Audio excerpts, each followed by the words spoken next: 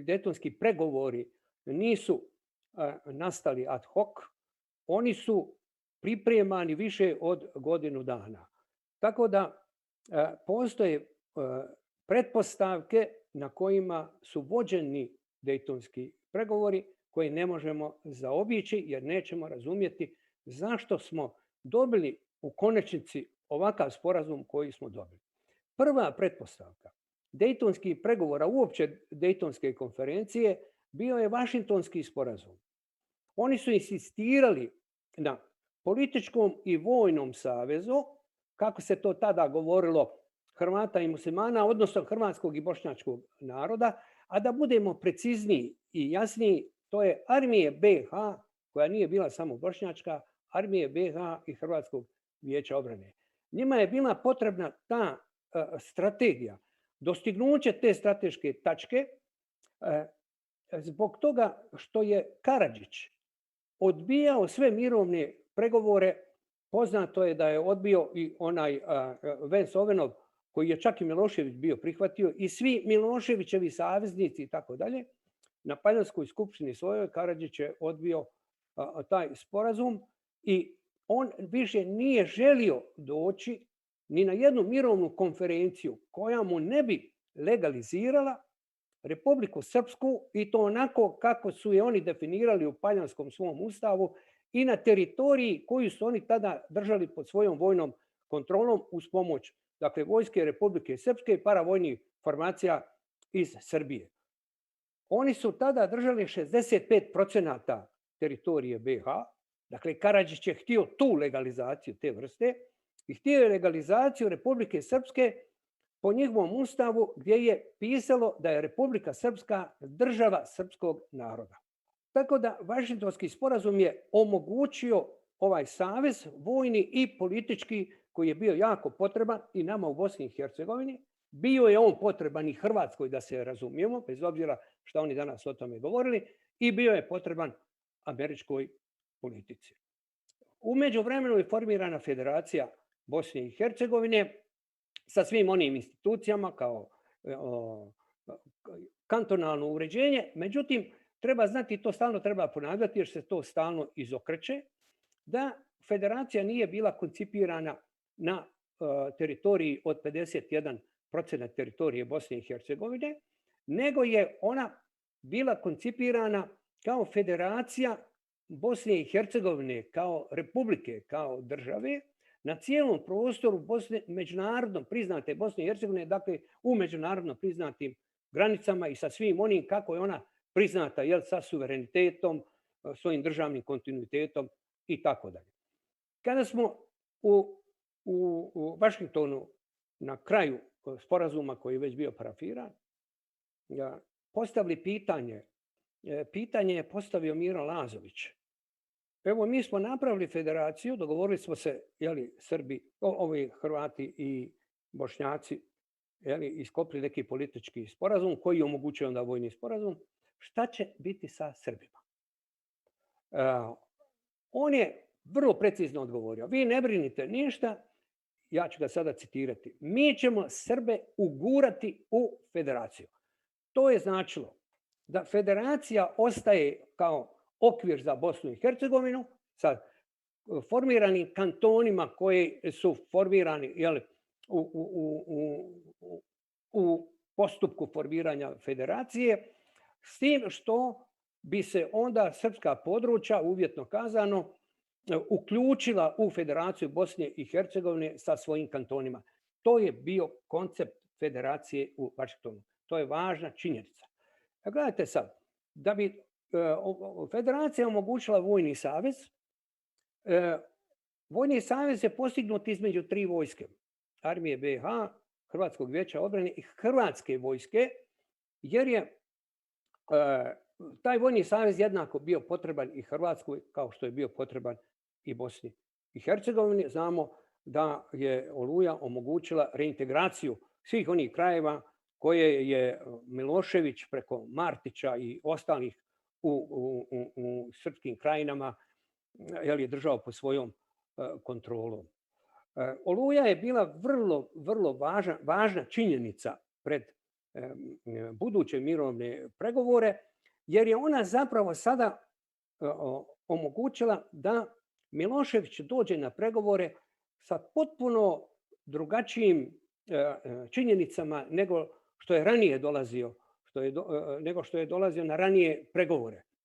Prvo, Oluja je omogućila da združene snage drže pod kontrolom 65% teritorije BiH, a Karadžić i Mladić samo 35% teritorije. To je dakle činjenica s kojom smo mi došli u Dayton. Šta se u međuvremenu desilo? Holbrooke je pripremao sastanak mjesecima i onda je on relativizirao sve ove činjenice koje su nama išle u prilog.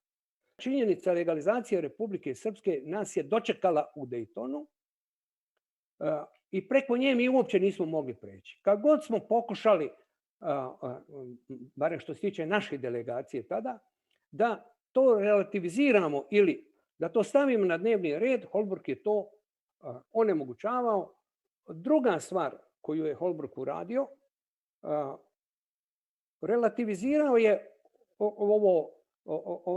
političku propast zapravo Republike Srpske, jer ona nakon Oluje ona nije imala nikakve šanse. I on je prvi draft koji je nama donio u Sarajevo kad je došao, mnogo prije nego što je počela Dejtonska konferencija, bio je porazan za nas. U tom draftu nema uopće Bosne i Hercegovine kao države sa državnim institucijama. U tom draftu entiteti su konstitutivni za i konstituiraju Bosnu i Hercegovinu kao državu. I mi kad smo došli sada u Dayton da pregovaramo, nas su zatekle te činjenice koje je Holbrooke držao na stol. Treća stvar koju je Holbrooke uvažio i koju nam je stavio također na stol kao činjenicu i on njoj nije dao da pregovara. Bio je dogovor Tuđmana i Miloševića iz Karađorđeva o razmjeni teritorija koje se zapravo završilo ili koje se bolje reći provodilo kao etničko čišćenje. Ovaj sporazum iz Karađorđeva sam je Milošević objelodanio.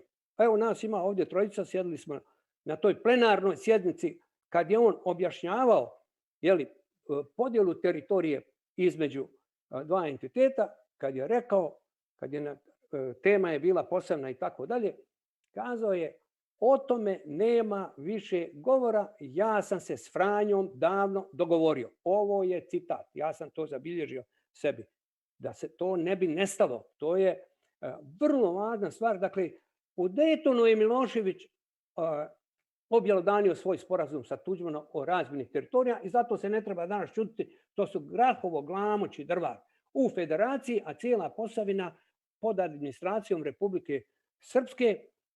Takvo kompaktiranje teritorije, tako su oni zvali, je postignuto nakon Karađorđeva u Beču u maju mjesecu 1992. godine između Karadžića i Bobana. Još jedna važna činjenica, važan okvir unutar koga smo se mi kretali, bila je entitetska podjela koju je nametnula kontaktna grupa 51-49 između dva entiteta. Pogledajte sad, pregovori su vođeni u okviru ovih činjenica.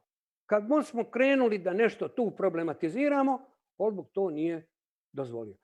I onda dolazi taj čuveni obrat koji pravi Tuđman, koji faktički tim obratom on objelodanjuje svoj dio sporazuma sa Miloševićem, kaže nema problema, ja ću dati teritoriju.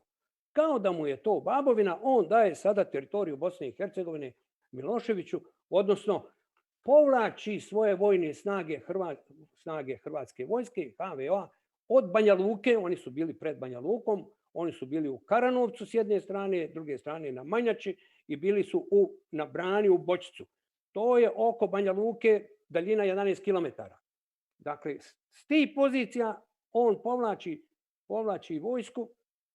Na čemu smo mi insistirali tamo? Na čemu smo uopće mogli insistirati? Mogli smo insistirati da država dobije prerogative države, da entiteti ne budu država kao što je u prvom draftu Holbrookovom i morali smo voditi pregovore oko teritorije ovo 51-49, a Alija Izetbegović je bio vrlo čvrst u tome i to se moram priznati. On je rekao, ja armiju neću povući ni pedlja sa dostignutih linija, izuzev ono koliko sporazum sam traži da se moraju vojske povući po 2 kilometra svaka.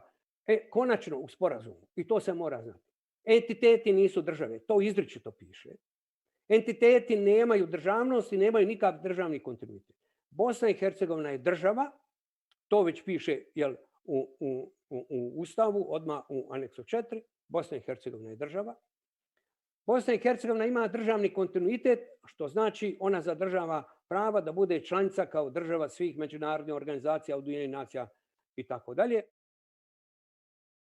Danas kad se obilježava i 25 godina Daytona, kada retrospektivno slušamo različite interpretacije Daytonskog mirovnog sporazuma, mogu reći da se dosta pojednostavljeno gleda, tako da je najčešća izjava da je jedino što je Dayton donio da je to zaustavljanje rata i uspostavljanje mira. A pri tome se zaboravlja niz drugih vrijednosti koji je donio Daytonski mirovni sporazum.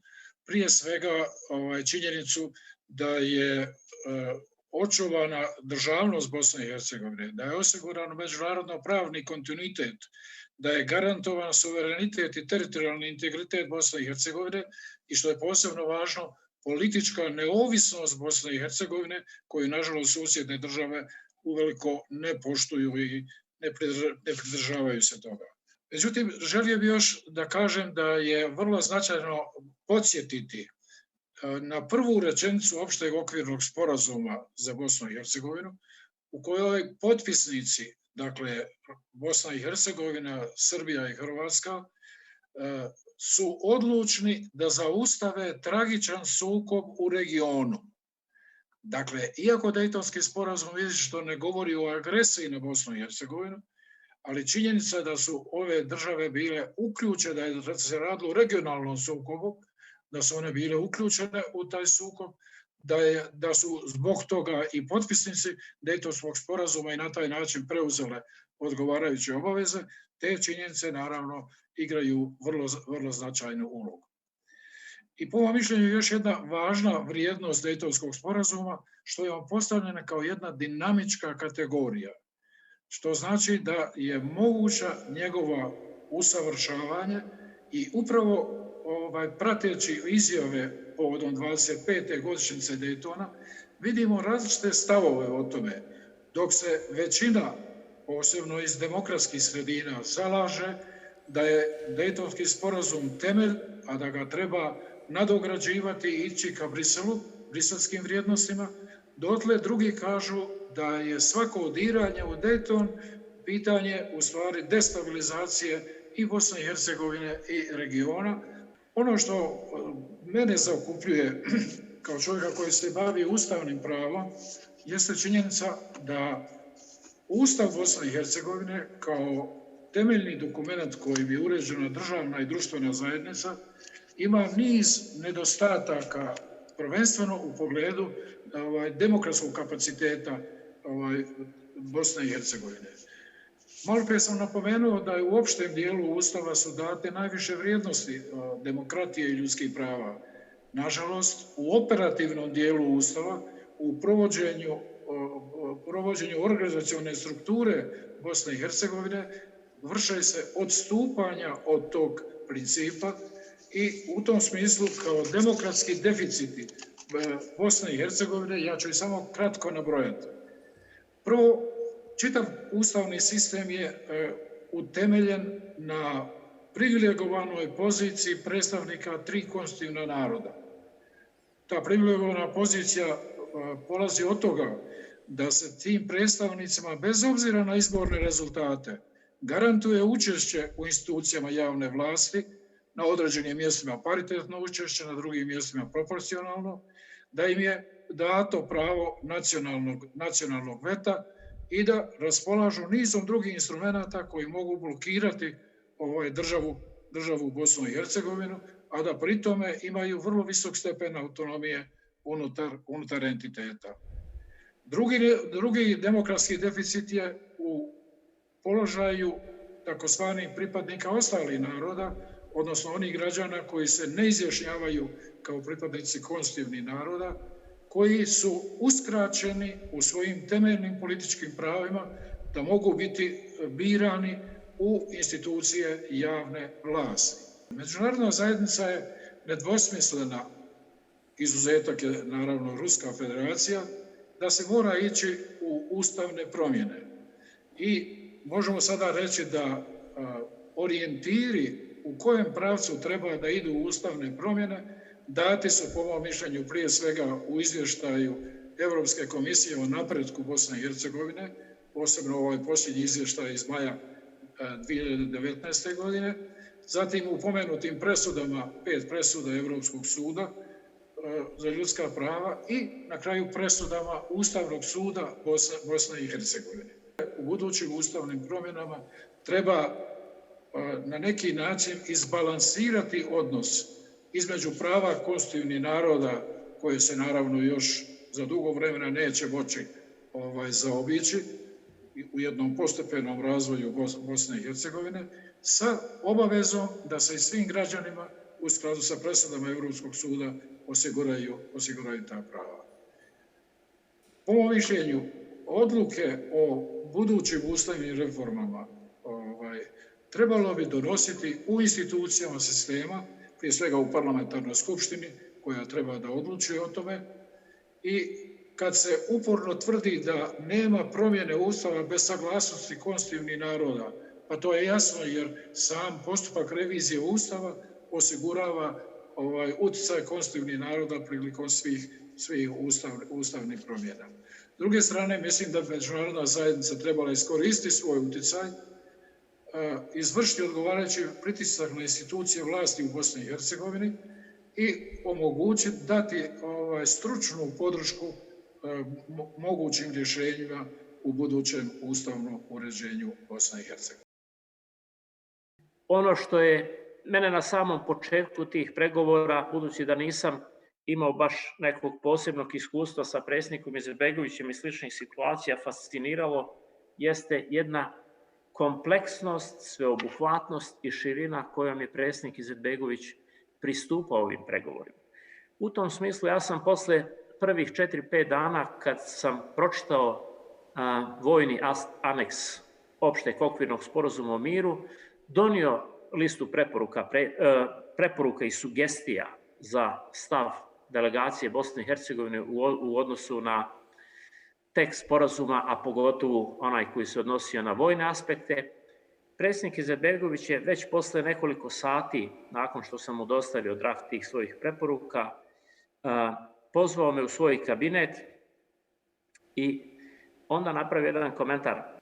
Kad bih, kaže, kojim čudom bio u prilici da sam pišem ovaj sporazum i sve njegove anekse, ja ga uopšte ne bih napisao u korist Bošnjaka, a na štetu Srba i Hrvata. Dugoročno bi takav sporazum štetio najviše nama Bošnjacima. Nama treba pravedan sporazum i ništa preko toga.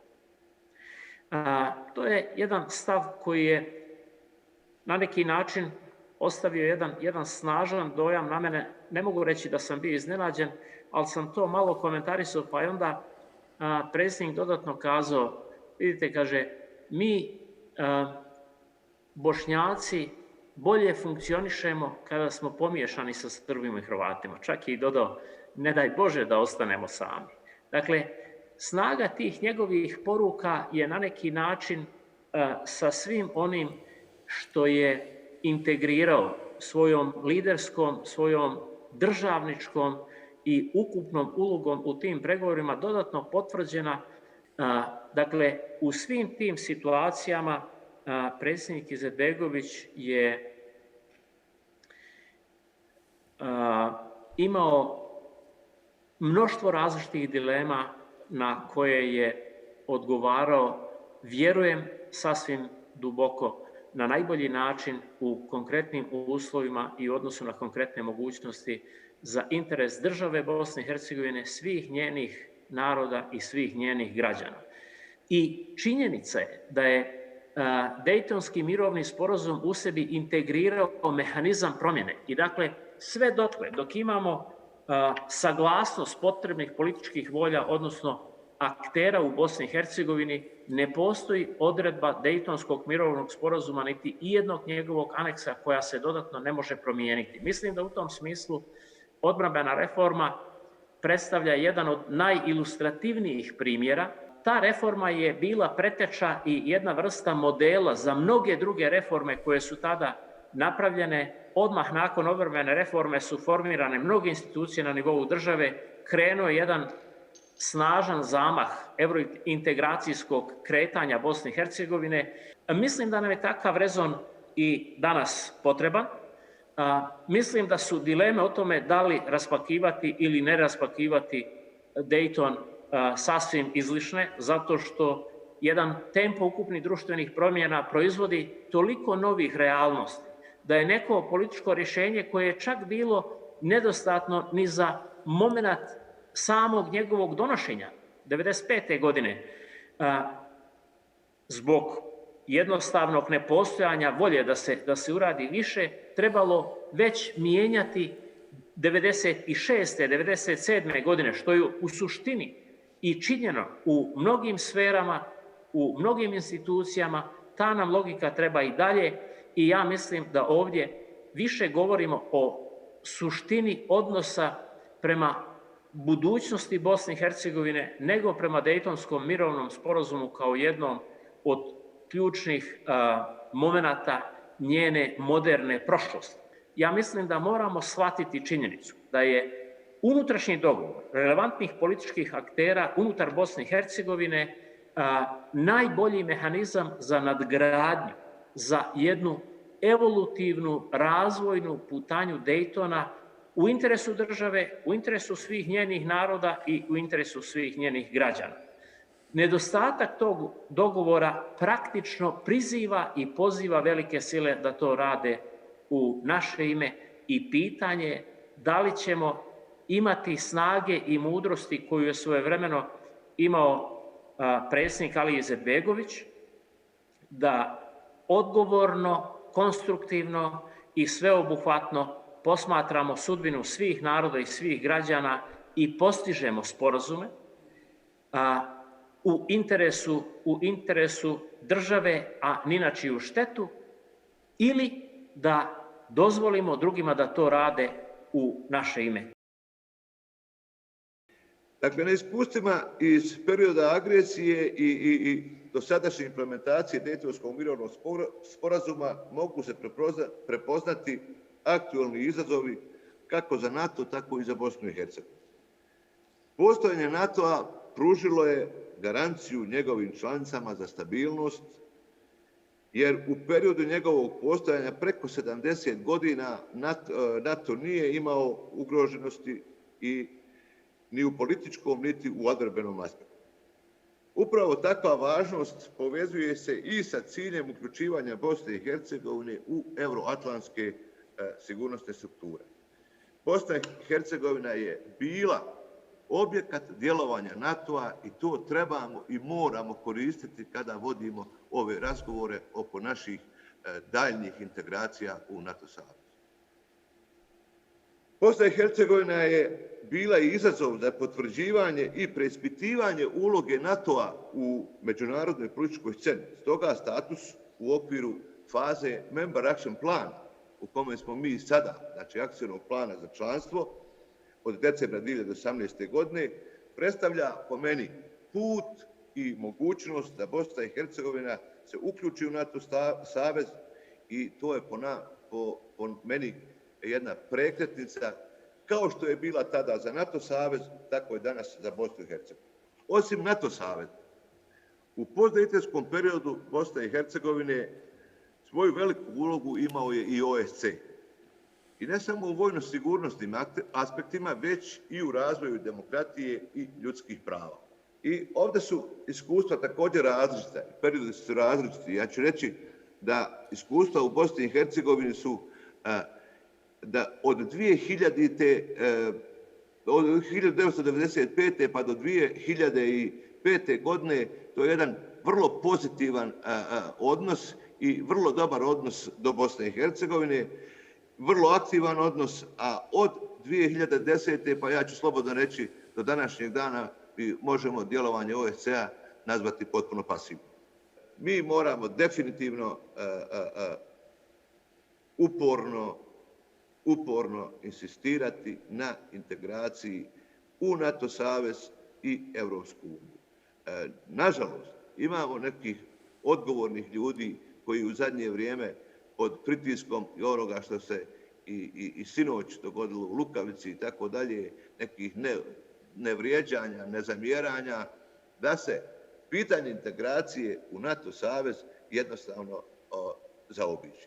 To ne smijemo dozvoljavati i moramo definitivno govoriti da postoje dva strateška vanjsko-politička cilja Bosne i Hercegovine, a to je članstvo u NATO savezu i članstvo u Evropskoj uniji. Ipak danas, kad mi imamo oružane snage Bosne i Hercegovine koje nisu predviđene, dakle, Dejtonskim mirovnim sporazumom, jer su bile na nivou entiteta, možemo reći da smo mi ipak daleko i da se danas nalazimo na zadnjoj stepenici pred punopravno članstvo u NATO savezu. Kažem, nažalost, od 2005. godine pa do danas nekako je to stanje, ja ću reći, zacementirano, zabetonirano i namjere naše su bile da se neke anomalije na koje smo tada pristali vremenom otklanjaju, one nisu otklonjene i ja izražavam ozbiljne zabrinutosti, prvenstveno po pitanju mogućnosti narušavanja principa, kako mi to vojnici kažemo, rukovođenja i komandovanja, odnosno po ovom novom NATO sistemu komandovanja i kontrole, jer, pazite, sve odluke u predsjedništvu moraju se donositi konsenzusom. Najbolji primjer je toga, gospodo, što sam vam i rekao, iznos GDP-a koji se izdvaja za oružane snage Bosne i Hercegovine, odnosno za Ministarstvo odbrane, što mi ne možemo nikako da dobijemo treći glas da se krene u modernizaciju oružanih snaga i tako dalje. I zato kad govorimo o senatoru Bajdenu, trebamo govoriti ne o njemu kao prijatelj Bosne, ne kao prijatelj novih demokracija Evrope, a Bosna i Hercegovina još se nalazi u toj situaciji na kraju što se govori o prelaznom putu. Kad govorimo o Daytonu, to je bio prelazni dokument. Ali prelazni prema čemu? Ne prema Dayton 2 ili prema Dayton 3, nego prema Evropskoj zajednici i NATO. I uloga predsjednika Izetbegovića tu je isto veoma važna i njegova uloga je veoma povezana sa NATO, sa Amerikom, sa Evropom. Prvo, da se složim sa doktorom Komšićem, profesorom Komšićem, kad se radi o pitanju Vašingtonskog sporazuma. To je bilo predviđeno kao rješenje za cijelu Bosnu i Hercegovinu. I da smo prošli kroz to i došli na Dayton, to nije bilo u korist Bosne i Hercegovine, nije čak bilo ni u korist država kraju, a sigurno ne Evrope, Amerike, Evropske unije i NATO. Zašto smo tu došli? Možemo kazati da su na scenu došli novi ljudi iz Amerike i Evrope, Carl Bildt i Richard Holbrooke. Gospodin Komšić je govorio o jednoj konferenciji 1995. godine, ali ja ću govoriti o jednoj drugoj konferenciji 1994. godine, koju je vodio Charles Redmond. I tu je bio predviđen mir za Bosnu i Hercegovinu, uključujući teritorije Srebrenica, Žepa, Goražde unutra federacije. U međuvremenu došlo je do nekih sporazuma o kojima i mi nismo znali. Ja sam im zvao u to vrijeme deal, jer zaista nisam znao o čemu se radi u tom momentu. Skoro niko nije znao i na kraju to se polako otkrilo u historičkom kontekstu. I o tome se mnogo sada se može pročitati, uključujući iz holandskih medija, televizije, svjetskih medija. I na kraju, ja ću vas posjetiti na jednu knjigu koja se zove The Secret History of Dayton. Tajna istorija Daytona. To nije tajna, zapravo ta istorija Daytona napisana sa strane američkog State Departmenta. I ona je veoma vrijedna isto kad se radi o pitanju kako je došlo do ime Republike Srpske. Ali da počnem sa ovim, da je kad su gospodin Bildt i gospodin Holbrooke došli na scenu, tu je još bio jedan drugi čovjek, Mitterrand. François Mitterrand, predsjednik Francuske, koji je bio rasista. A on je gledao na pitanje Bosne i Hercegovine kao vjerska situacija. I jednoj situaciji koju sam češće puta ispričao, on je nazvao našeg ambasadora, Nikola Kovača, jedan veoma pošten čovjek koji je bio ambasador u Parizu kao izdajnik svog srpskog naroda, što je radio za bosansko-hercegovačku vlast. Ja sam onda trebao putovati u Split i tamo sam se vidio sa gospodinom ambasadorom Holbrookom i njegovim savjetnicima. I na tom avionu, što me iznenadilo, da je prvu stvar što je on tražio od mene je da mi napustimo Goražde. A to je bilo, opet kažem, na kraju jula, iza što se je desilo u Srebrenici i Žepi. To je mene iznenadilo. I ja sam rekao, nema pitanja o tome. I što mi je bilo mnogo više interesantno na tom momentu, onda je on tražio da ja kažem novinarima koji su čekali nas iz aviona da on nije tražio od mene da mi odustanemo od Goražde. I ja se dobro sjećam tog momenta jer gospođa Albright je meni to ispričala kao nešto na što se ona ismijala.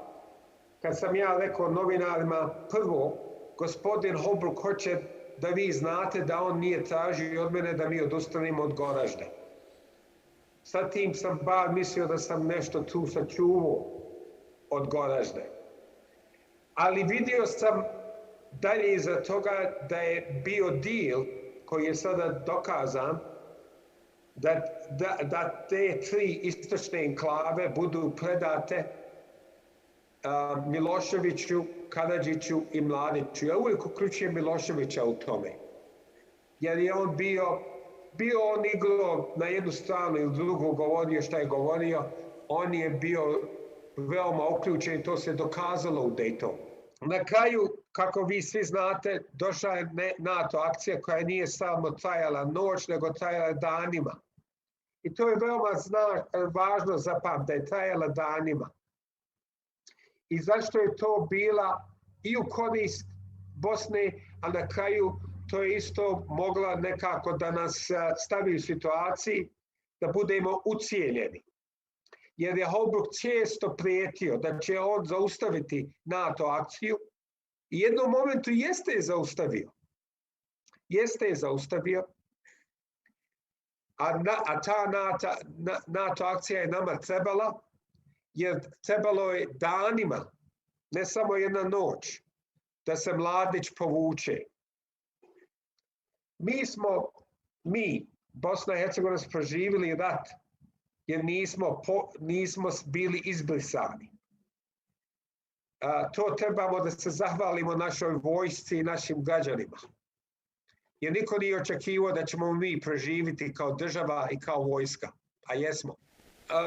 Predsjednik Izetbegović na kraju odlučio da trebamo da to prihvatimo, jer na kraju bilo je pitanje između daljnjih NATO akcija koji su bila veoma važna da se Bosna i Hercegovina ne samo oslobodi, da se završi rat. I ono što se je desilo, zapravo takozvano ime Republika Srpska, koje nije bilo potpisano i koje ne bi bilo potpisano sve dok se nije došlo do Daytona. Znači, dok se nije dogovorio Dayton, nije ni bila Republika Srpska. Sada Holbrooke je opet prijetio, uključujući gospodinu Komšiću, da trebamo prihvatiti ime Republika Srpska kad smo došli u Dayton. Ako to ne prihvatimo, onda neće biti pregovora i mi ćemo biti pozvani kao krivci za to. Sljedeći moment koji je bio veoma važan kad se radi o predsjedniku Izetbegoviću, desio se kad je NATO akcija stala, ali mi smo onda vodili, imali smo znači prednost, momentum da kaže. I predsjednik Izetbegović i ja smo se našli u Konaku u Sarajevu i na jedan put dolazi Holbrooke u Sarajevo i traži sastanak sa predsjednikom Izetbegovićem 1 na 1 i predsjednik Izetbegović kaže ne, Mohamed treba tu prisustvovati, razumijeći tu dinamiku kad se radi Holbrooke. I Holbrooke traži odmah tu prekid vatre kad su naše snage išli prema Banja Luci i drugim gradovima da oslobode. I Holbrooke veoma naglo kaže predsjedniku Izetbegoviću, mi smo bili u Konaku u jednoj praznoj sobi sa 3 stolce. I Holbrooke ustane i kaže trebaš odmah prekid vatre. I predsjednik kaže pa pomislit ću o tome, trebam, hajmo kazati 7 dana da malo vidim o tome. Tražio je 7 dana. Holbrooke kaže ne, odmah. I Holbrooke ustane i stoji iznad predsjednika Izetbegovića i ovim riječima kaže tebi Hrvati lažu i oni će ti dati nož u leđa, a tvoji generali tebi isto lažu i ne govori ti ustinama o njihovim uspjesima, nego sada stvari idu protiv vas. Ja sam mislio da je to laž. Ja mislim i predsjednik Izetbegović je mislio da se to laž, ali ja sam ustao u taj moment fizički, kao Amerikanac, da se okrenem prema drugom Amerikancu i kažem ne možete se ovako ponašati prema predsjedniku. I ja ga gurnim sa svojim tijelom jer on stoji iza njega, a predsjednik Izetbegović sjedi tu. I u to vrijeme mene onda Holbrooke je veoma ljut odustao i predsjednik Izetbegović mene odmah poslao u Zagreb zajedno sa generalom Nasimom Dalićem Al-Ahmetli da vidimo sa Hrvatskom, sa Zagrebom o čemu se radi. I tu se dogovorilo što se je dogovorilo. Problem je 3-4 dana iza toga Hrvati, ja mislim realno, ali ko zna, mene ministar Mate Granić nazvao i kaže mi smo sada dobili prijetnju sa strane Vašingtona da će oni nas bombardovati ako mi ustanemo od ofenzive. Ali u ovom momentu, kad se govori o Daytonu, treba se govoriti ono što se desilo prije. Treba se govoriti o ulogama medijatora i što su oni vidjeli u tome za svoje, uključujući Bildta i Holbrooka. Sada ja sam većinu stvari govorio loše o Holbrooku, treba se jedna stvar priznati. On je takozvani buldozer. I neke stvari od njega su došle i korisne, ne moramo sve govoriti loše. O gospodinu Bildtu imam malo manje mišljenje. I zato Milošević je tu imao prednost u tim diplomatskim pokretom, jer na kraju njegovi igrači u mnogim stvarima su izašli kao specijalno Bildt, a nekada i kao gospodin Holbrooke. Zato, recimo, general Clark, o kome je gospodin Cikotić govorio, i gospođa Albright, koja je bila isto moj dobar prijatelj u to vrijeme, nisu podržavali mnoge Holbrookove stavove. Vi ste bili Amerikanci prije nego što ste vi došli u Bosni i Hercegovini, prije nego što ste vi došli u Ameriku. Zašto? Jer ste se vi u Bosni i Hercegovini, kad ste se borili tamo, kad ste proživjeli taj rat, vi ste se borili za američke vrijednosti, iste vrijednosti koje ja vjerujem kao Amerikanac. I ovi koji pregovaraju sada u ime Amerike, uključuju gospodin Holbrooke, oni izdaju te vrijednosti.